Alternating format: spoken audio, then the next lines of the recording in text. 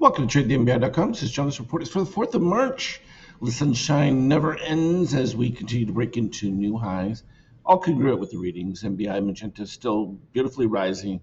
Short activity, they got a little bit of an increase. It wasn't enough to do anything, and we knew that that was going to be the next push forward as shorts had to cover, which they did, and it worked beautifully. Again, cyan under red, rising now again, but again, that just sets them up further. If we get the crossover of cyan above the green, that might give us a little bit of pullback within it, but overall, it's still the reading's fairly strong.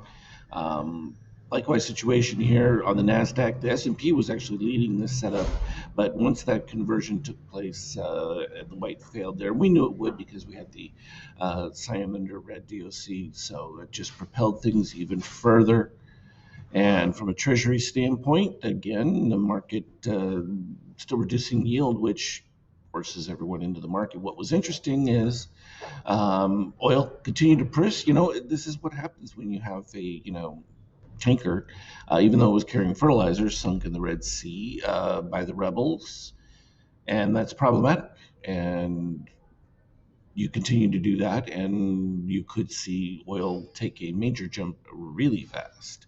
That gave incentive for them to buy euros for no good reason, and that's what you saw happen with gold because of it. And it's an interesting one because they've been artificially holding this back relative to what we've been seeing from Bitcoin and the others, and to sort of finally see it react is not a shock. It's something we were looking for, just long overdue. And this is what happens when you have the ability with the paper trade and everything else. At a certain point, though, it just becomes too much, and this is the result of what we've been seeing from the crypto assets. You can see monumental movement approaching all-time highs. So and it's just an indication. You can see what was developing. I mean, there's a nonstop gluttony of debt being built, and we're talking about in numbers and records that just are unheard of with interest rates at what they are.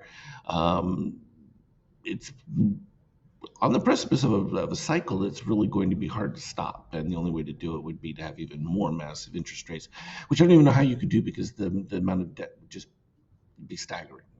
The interest payment on it alone, you would just be printing even that much more, and it just speeds up the acceleration of the collapse of it. From a 50K reading, from the buy that happened early on there, we're just up at the peak. Nothing tragic here. We're just having a little bit of fill back, a couple of positive extremes, all pretty benign stuff. Market's pretty much in easy-going territory, which is always a warning, because when things get simple, that's when they usually decide to change. You can see from an intraday standpoint, always stayed above the 76% pretty much all the way through until post-market. Filled in a couple of the positive extremes that were right in this line right here. Pretty straightforward. That's kind of what it's doing in post-market. Straight across, nobody's interested in selling anything. They want to buy.